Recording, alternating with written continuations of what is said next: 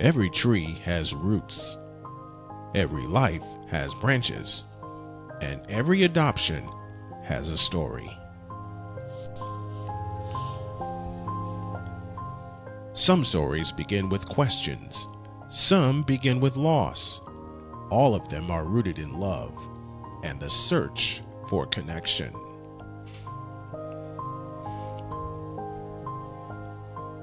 This is Janet Monroe, and this is Roots and Branches Adoption Stories, a podcast where real stories take root and grow. Because the more we share, the more we understand, and understanding helps us grow.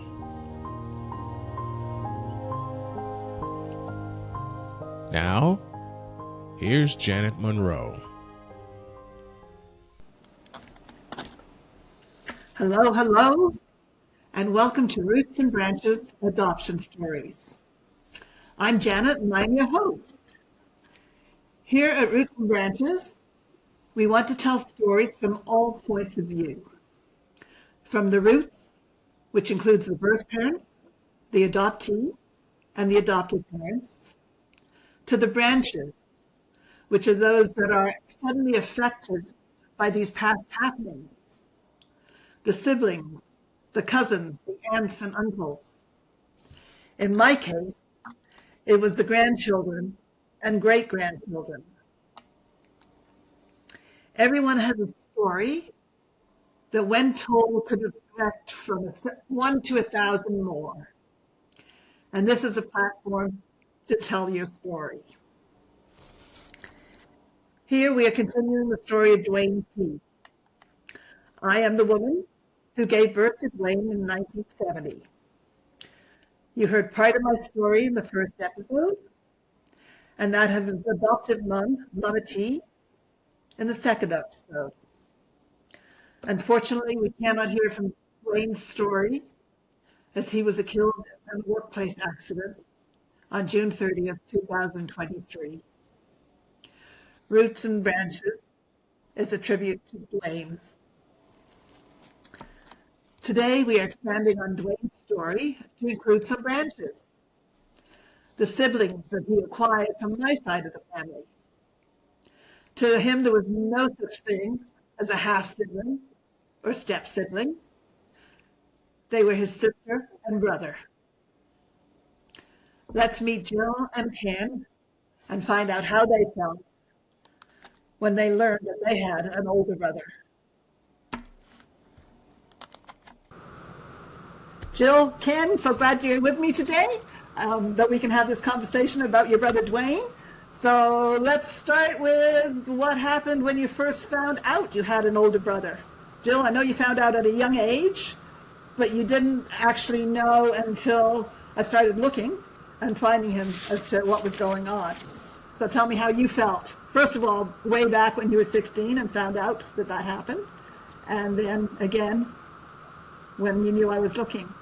So I can't really speak much on 16 because I don't really remember how I felt back then. Obviously, I think it was a bit of a surprise for me.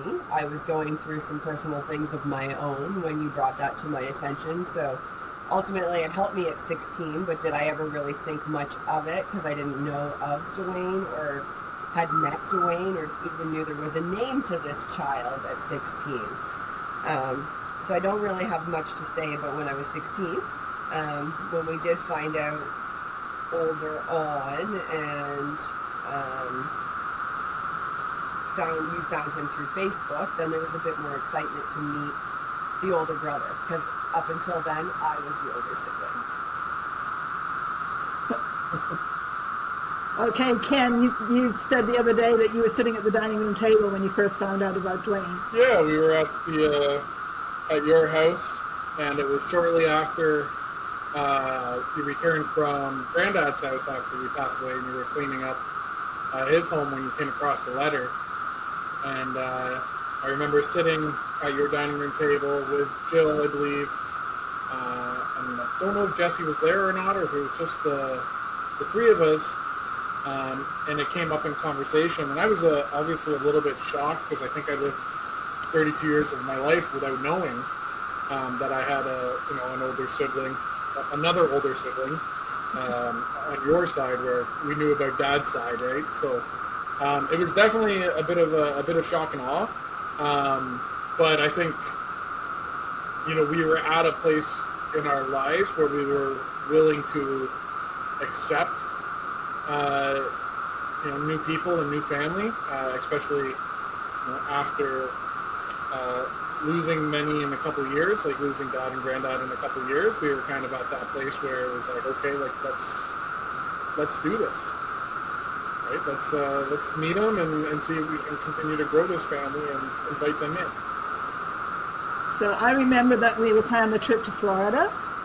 Yep. And I thought it would be great for me to stop in on Nashville on the way home in order to meet him. But you guys weren't having any of that. You weren't letting me go alone to meet him. You figured you needed to be there to protect me in case anything went wrong. So we made arrangements to meet him for breakfast at his house. And we thought that was a great idea because if things don't work out at breakfast, we could say we have to go home and we could leave, right? We had to drive. That was kind of the plan. But we ended up being there all day, all evening. So what do you remember about that first day when we met him? Ken, I'll let you go first for that and talk about when we're outside the door and trying to figure out what to do. I'm going to ask Jill if she remembers how we were introduced the first meeting. I remember pulling up to the house, and then we were talking about, do we ring the doorbell? Do we knock? What do we do when we get to the door? Do we hug them? Do we shake hands? What do we do? And then all of a sudden one of my boys was like, well, you better figure it out because I already rang the bell. It was like, oh no. So it was kind of like a quick reaction at that point, and I believe we all hugged once the door opened. Yeah. And then we started off our morning with the Caesar. Yeah, I think that's exactly as I recall, and I remember the immediate memory was us walking in the door, making our acquaintances with Dwayne and Kristen at the time, and starting that relationship. But the immediate memory that I have is how much is this guy like Mom in the entertaining aspect of things, where he had the box of tomato juice out on the counter already. Who's ready for a Caesar?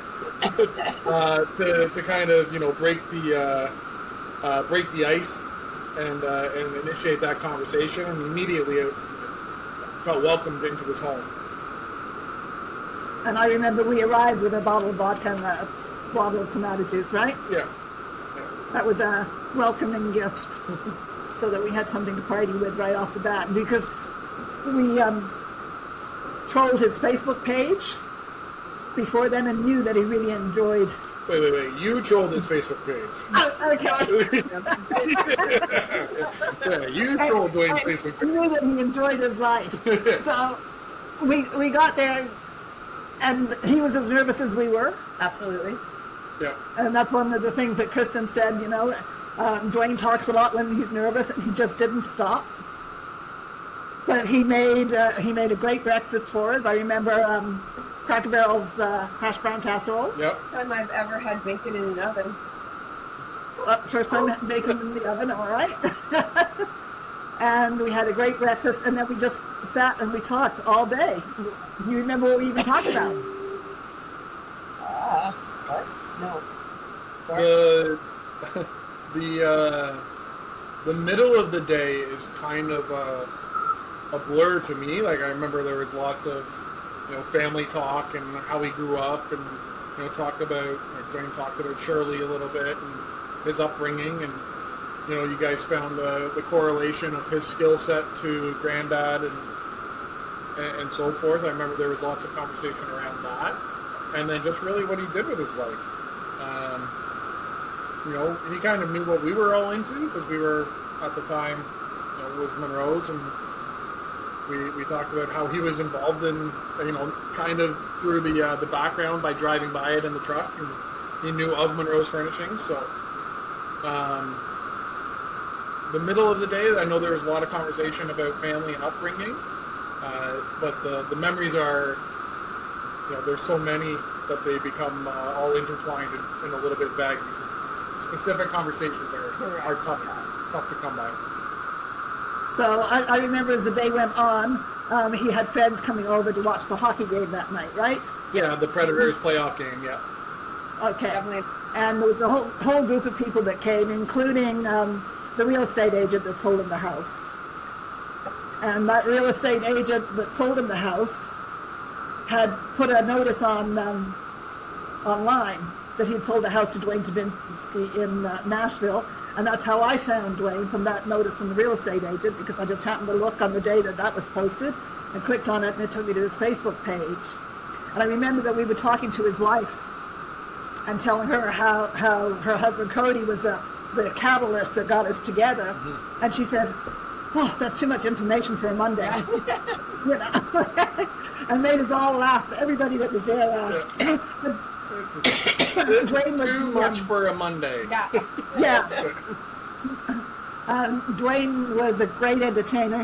He was a great host. Absolutely. And that was one of the things that he really liked to do, was to have his friends over, and he had many friends. Right? Yeah. Different friend groups too. So over the 6 years that he was part of our lives, how did you feel that your relationship evolved? Well, I mean, with the time spent together, we obviously continued to grow closer. You know, trips to Nashville, trips to, you know, for him coming up to visit us. Mexico, you know, traveling as families together. You know, that relationship obviously was building and continuing to build before, you know, before that dreadful day. But it became a brother, like for me and him, it became a brotherhood for sure. Hence why Dwayne was invited to stand at the wedding, is I had trust in him like a brother.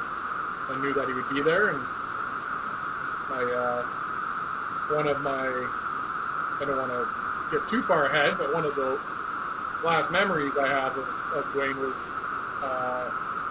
his ability to enjoy life, and came to my bachelor party, and outside of the, you know, as soon as he gets out of his truck, he's holding up a 60 CC Canadian club, and he didn't swing the club all day, but He didn't go, but that CC bottle did not last long either. But. That was the only club he needed, right? Yeah. So, but no, like, you know, between the trips to Mexico and the constant trips to Nashville, and, you know, introducing Dwayne and Kristen to Rebecca, you know, my wife, you know, we became family, very much so. So it was funny though, because the coincidences, right? When we first met him, and he already had arrangements to come to Barrie that summer, where we were in Ontario, in August of that summer for the Boots and Hearts Festival, because he was with a group. Yep. And it just seemed like there were so many coincidences, right? He came for that. We went to where Jill was camping that weekend, took him to your baseball game, Ken. Yep. And I remember one of you guys thought I had a new man in my life, which I did, but it wasn't what he was thinking. And then after that weekend, the next thing was they were headed to Winnipeg, and I ended up going with them. And the funny part about that was I went to the airport to get on the plane here in Toronto to fly to Winnipeg, and they were going to be on the same plane.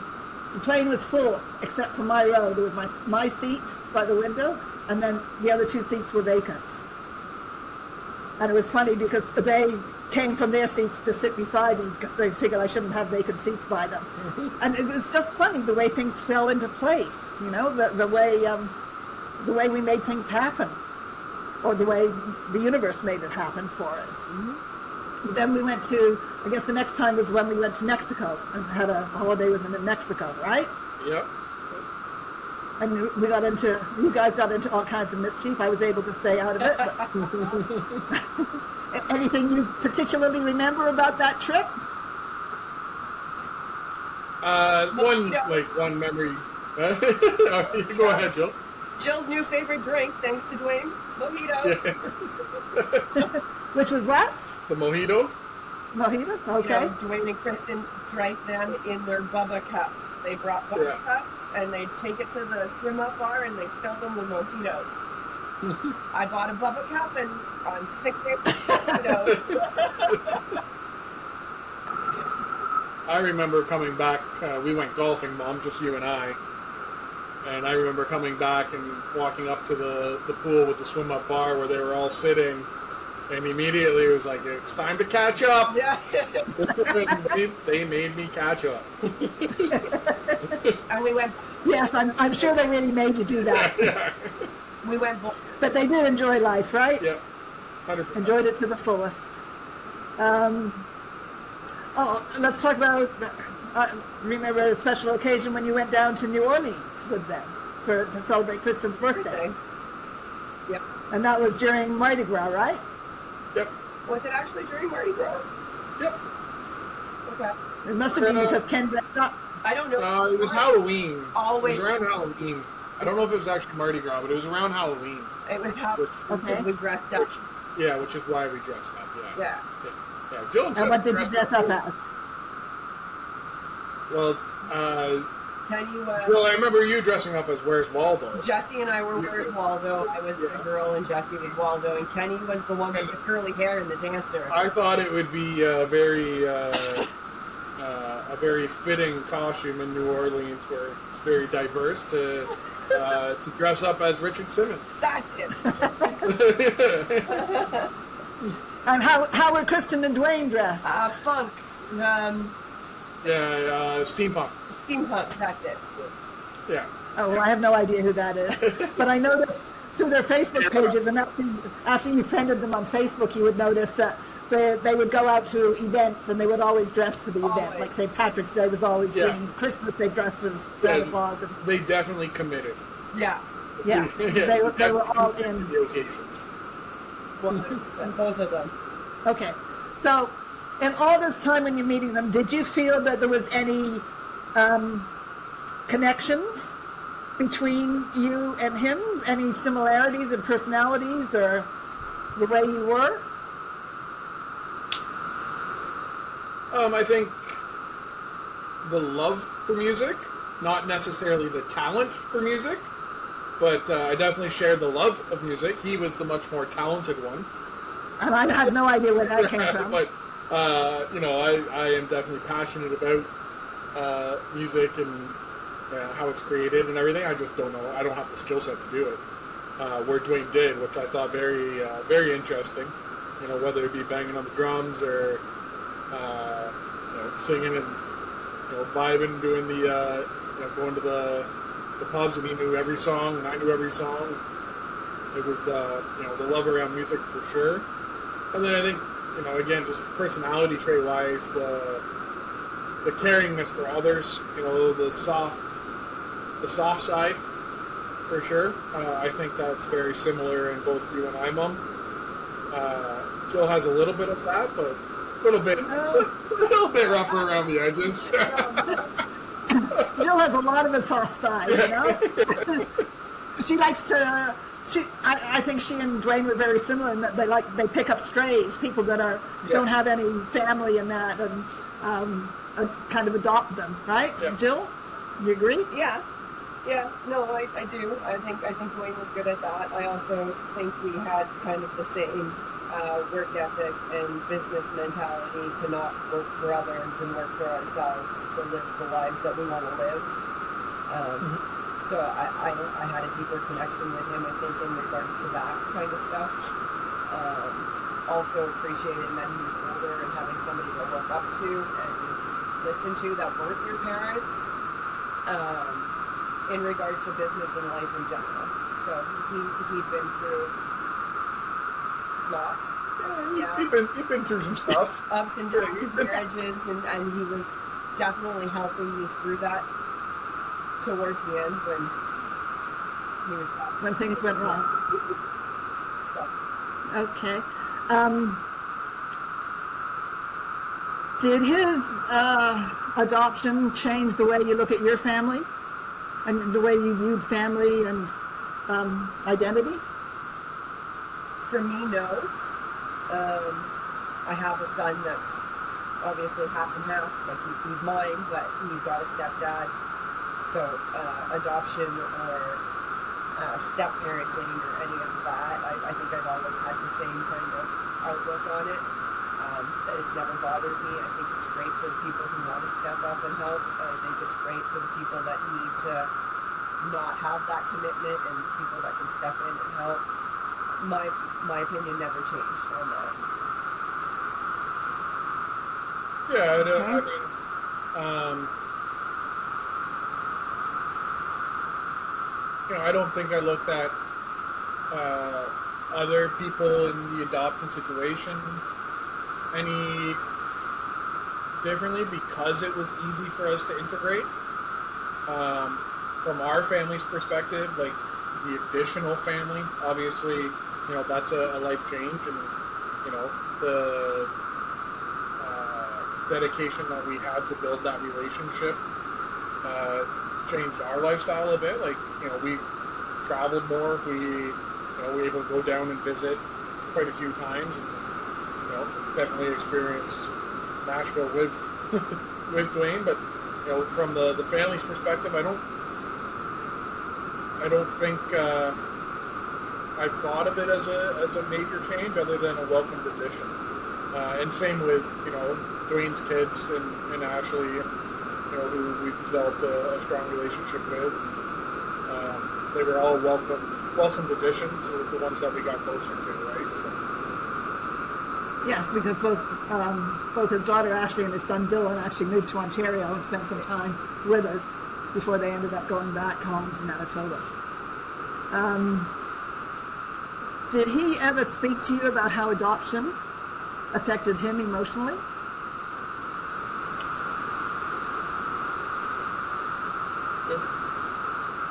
Not really. I think his biggest thing was wanting to know where he came from, not necessarily the fact that he was adopted. I know he had health issues, so like growing up, he was always wondering where they came from, if they were hereditary, if they were all of a sudden. So I think for him, his biggest thing was the unknown, not necessarily the fact of adoption, if that makes sense. Okay, so that adoption was what they called a closed adoption, meaning that there was basically no information except what they found out about me at the birth. And I had no way to get in touch with anybody or locate them, which if I had, I probably wouldn't have moved to Ontario and I wouldn't have you. You wouldn't be part of my life. You wouldn't be here today if that had been the case, right? So, but I do know that when we talked, he knew there was a kind of a disconnect between himself and his adopted parents. Yeah. Though don't get me wrong, he loved his adopted parents. They were his pride and joy, the apple of his eye. They were wonderful to him and did a lot for him. But he said there was a disconnect. He talked about one time when he took the washing machine apart and put them back together, but his dad couldn't help him do that. And he figured after talking that maybe he got that from my dad, who was the electrical engineer and was always taking things apart and putting things back together, right? Yeah. So you're right, that he wanted to know where he came from and what history he had. But one of the things I did tell him, and I remember telling him, was that there's longevity in the family and that he was going to live a long life. So unfortunately, it was an accident that took him, because he always said that he thought he would die young. Younger, that he wasn't going to live to be 100, so he had to rethink everything if that was going to be the case. So he basically navigated building a relationship with you guys, and you had a good time and lots of fun with him. He was a lot of fun to be around, made everybody smile, everybody happy. All his friends, they had dinner parties, right, for holidays all the time for people that had no family around. Yep. So that he was just so kind-hearted and looked out for everybody and tried to take care of everybody. All right, so Do you wish that he would, how can I put this? If you had grown up with him as a brother, what do you think that experience would have been like? If you'd met him, say if you'd met him 15 years before you did. I don't know if we were supposed to, but if we did, and it would be that Dwayne had a few years on both of us, so it would be that kind of role model that we could look up to, and I think Dwayne, when talking about his childhood, obviously he got into some trouble and experienced some things. So maybe not the perfect role model, maybe more of a role model what not to do, but you're off camera. I don't want to be like him, like Ken. Yeah. So maybe you're off camera. So life would have been different for sure. How so? Maybe your life would have been different, Jill. It would have, for sure. 100%. All of ours would have if he was in it, but he wasn't, so we can't really tell you how it would have changed. No. Right? Yeah, that's the tough like we did now, so. So, is there something about him that you would like the world to know?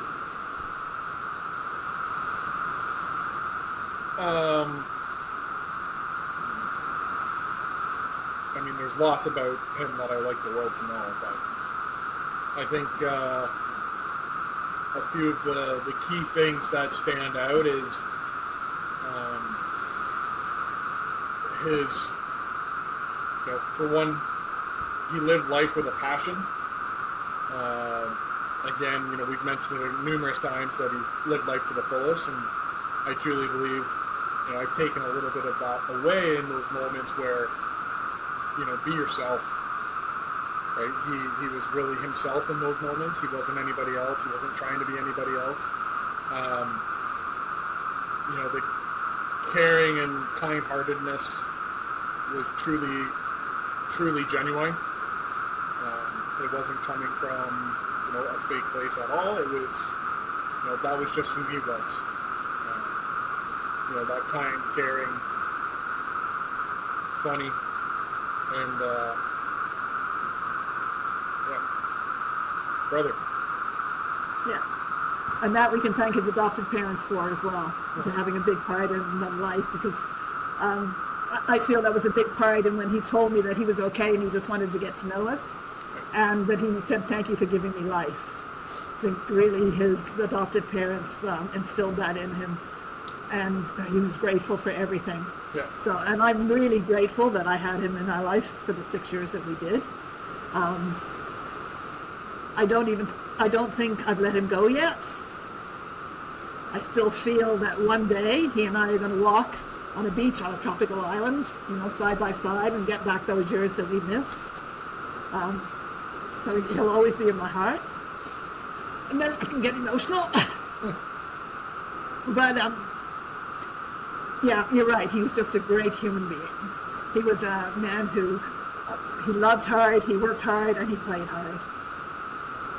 And did whatever he did what he had to do in order to get to where he was going. And he had a dream. He had his goal that he wanted to grow this business that he had for the audio and video, and had a passion for it, and grew it, and continued to grow until, unfortunately, he had that accident which took him away from all of us.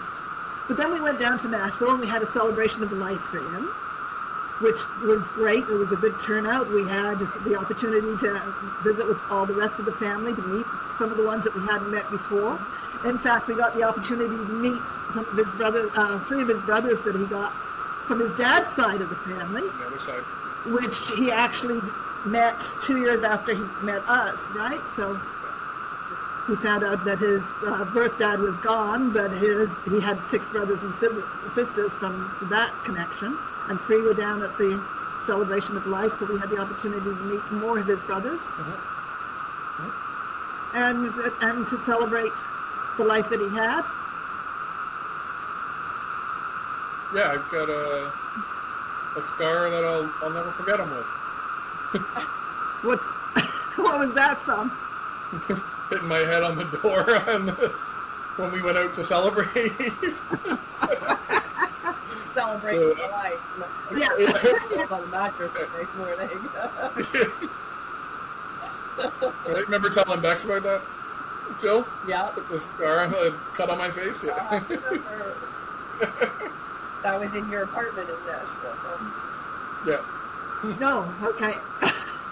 So if Dwayne was here today, what do you think he would want to tell other adoptees about finding family?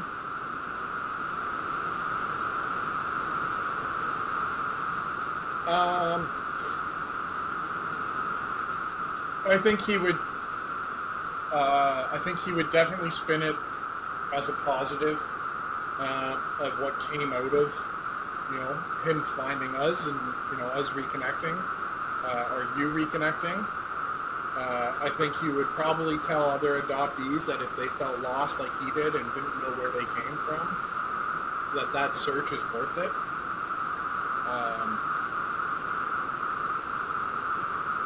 Because I think it gave him a level of fulfillment knowing that he wasn't just an odd duck, and it was, some of those characteristics came from Somewhere. his parents and his parents' parents and somewhere, and wasn't just that, lone wolf. So I really think he would put a positive spin on it, and I think he would tell people not to hold it against the parents, because you don't know everybody's story. You don't know what the story was before, during the birth, and why the parents had to give up, that child at that time. Yeah, so that's one of the things that I think it's really important to get across to anybody who was adopted, that they need to listen to the story before they make judgments. Correct. They have to be open to listening to what the circumstances were, because everybody's circumstance was different. Yep. You have young girls that are 15, 16 that had a child back then, and they didn't have any choice in the decision that was made for them. And today a girl at 15 can have a baby, and they're looked up to for being a single mom. So the times were so different and have been different. We're talking 50 years ago, 1970, and times changed from the 70s to the 2000s to 2025. Everything has changed. Yep. So the number one thing is, please listen to the story and then don't make any judgment. Okay. So is there anything else you'd like to say before we close off this recording?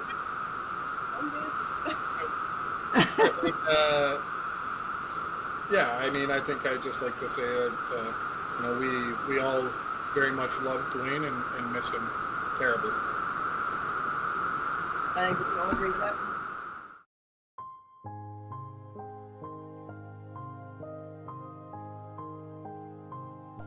Thank you for tuning in to Roots and Branches Adoption Stories, where every tree has roots, every life has branches, and every adoption has a story. Got an adoption story you want to tell? Want to learn more about adoption stories? Then visit rootsandbranchesadoptionstories.com.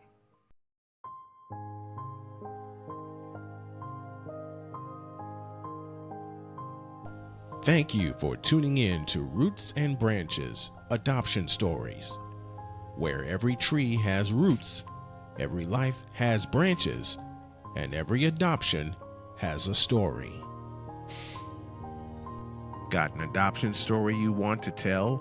Want to learn more about adoption stories? Then visit rootsandbranchesadoptionstories.com.